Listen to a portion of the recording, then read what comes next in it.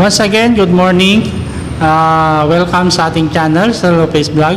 Sa araw na ito ay isa na namang self-evaluation ng ating gagawin dito sa subject na Vice and Drug Education and Control. Sakop na ito ng new curriculum at hangad natin na paghandaan ang nalalapit na Criminology Licensure Examination. 25 katanungan ang inihanda natin para sa inyo at ang makasagutan later on makikita lamang dito sa ating description box. Kung nakahanda na tayo, let us start answering question number 1. Any organized group of 2 or more persons forming or joining together with the intention of committing any offense prescribed under the law against illegal drugs. A. Drug syndicate. B. Drug brotherhood. C. Drug dependence. Or letter D. Illegal trafficking. Number 2. Any act of knowingly passing a dangerous drug to another, personally or otherwise, and by any means, with or without consideration. A. Drug dependence. B. Dispense. C. Deliver. Or letter D. All of them. Number 3.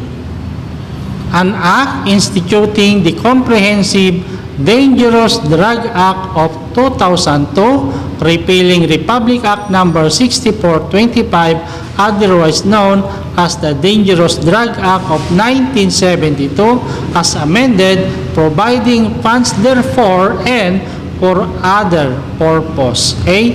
RA 9165. Letter B. RA 6425. Letter C, RA 6591, or letter D, RA 1695. Number 4.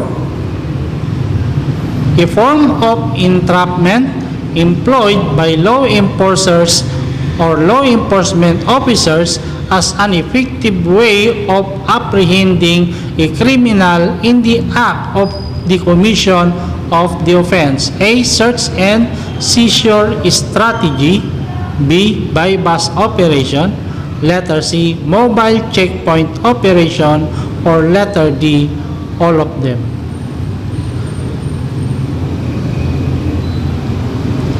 Number 5. Models of drug abuse prevention except letter A. Education model. Letter B. Medical model. Letter C. Drug trafficking model. Or letter D. Law enforcement model. Number 6. A cluster of characteristic reactions and behavior of varying intensity depending on the amount of the drug taken and length of time use, which ensue or abrupt cessation of drug upon the body by physical dependence. A.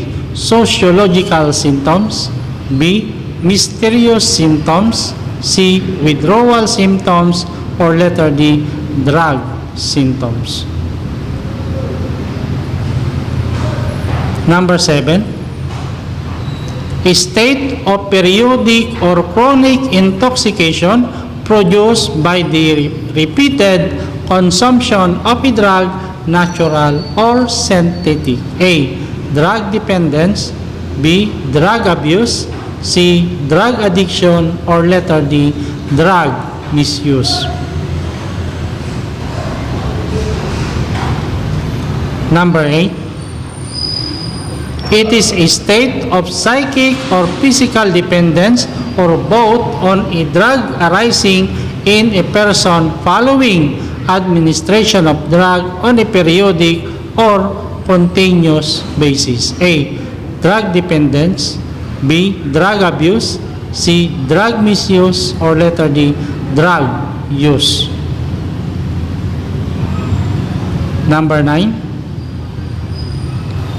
Opium, heroin, codeine, morphine are the most popular in these pharmacological classifications of drugs. A.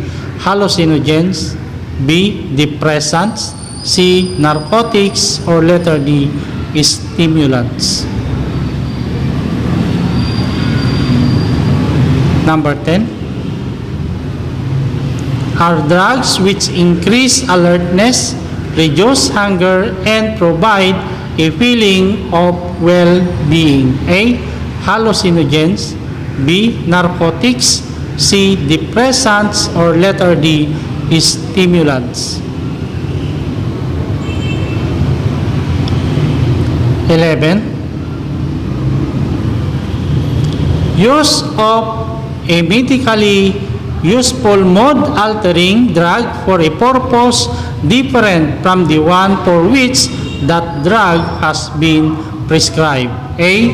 Drug addict. B. Drug user. C. Drug dependent, or letter D. Drug abuse. Next, number 12.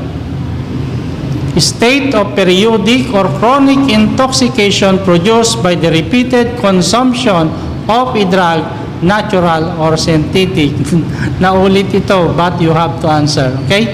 Letter A, drug abuser. Letter B, drug user. Letter C, drug dependent, or letter D, drug addiction.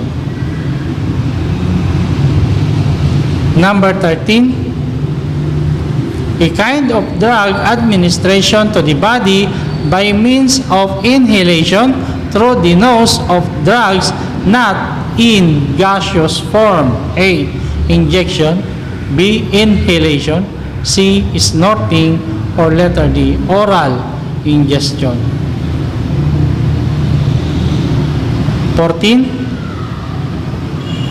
The study and practice of a systematic management of jails or prisons and other institutions concerned with the custody, treatment, and rehabilitation of criminal offenders. A. Correctional administration. B. Correction. C. Penology, or letter D. Reformation. Number 15. The Pharmacological Classification of Drugs except A. Stimulant. B. Depressant. C. Hallucinogen, or letter D. Herbal drugs. Number 16. Largest amount of drug that will produce a desired therapeutic effect without any accompanying symptoms of toxicity. A. Overdose. B. Minimal dose. C. Toxic dose, or letter D. Maximal dose. 17. Defined as a substance used as medicine or in the making of medicines which affects the body and mind and have great potential for abuse. A. Marijuana. B. Shabu. C. Drugs, or letter D. Alcohol. 18. Drugs that are not generally regulated by the law. A. Over-the-counter drugs. B. Prescription drugs. C. All of them, or letter D. Herbal drugs. 19. Kind of drug abuse by taking all sort of drugs. Okay, I repeat. A kind of drug abuse by taking all sort of drugs. A. Physical dependence. B. Drug experimenter. C. Potentiation, or letter D. Polydrug use. Next is 20. Blank is a value-laden catchword popularly used to describe dependence on drug. A. Drug treatment. B. Drug dependent. C. Drug abuse, or letter D. Drug addiction. Next is 21. The investigative technique of allowing an unlawful or suspect consignment of any dangerous drug with a view to gather evidence to identify any person involved in any dangerous drug-related offense. A. Controlled delivery. Letter B. Entrapment. C. Bypass, or letter D. Instigation. 22. Any act of knowingly passing a dangerous drug to another personally or otherwise and by any means with or without consideration. A. Deliver. B. Selling. C. Buying, or letter D. Scoring. 23. Which of the following is commonly known Indian hemp? A. Shabu. B. Marijuana. C. Heroin, or letter D. Cocaine. 24.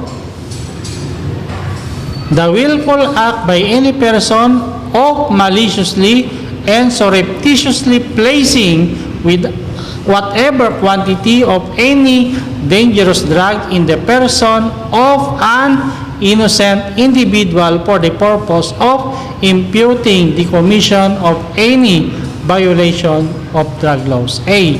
Scamming. B. Sowing of evidence. C. Planting of evidence, or letter D. Incriminating innocent person. 25. Any person who sells, trades, administers, dispenses, delivers, or gives away to another on any terms whoever or whatsoever, or distributes, dispatches, in transit, or transports dangerous drugs. A. User. B. Buyer. C. Pusher, or letter D. Any of them. Okay, so hanggang dito na lamang ang ating self-evaluation. Mangyari lamang na i-check nyo na ang inyong makasagutan gamit ang key to correction na nandito sa ating description box. Alright, so hanggang sa muli, maraming salamat. See you again next meeting.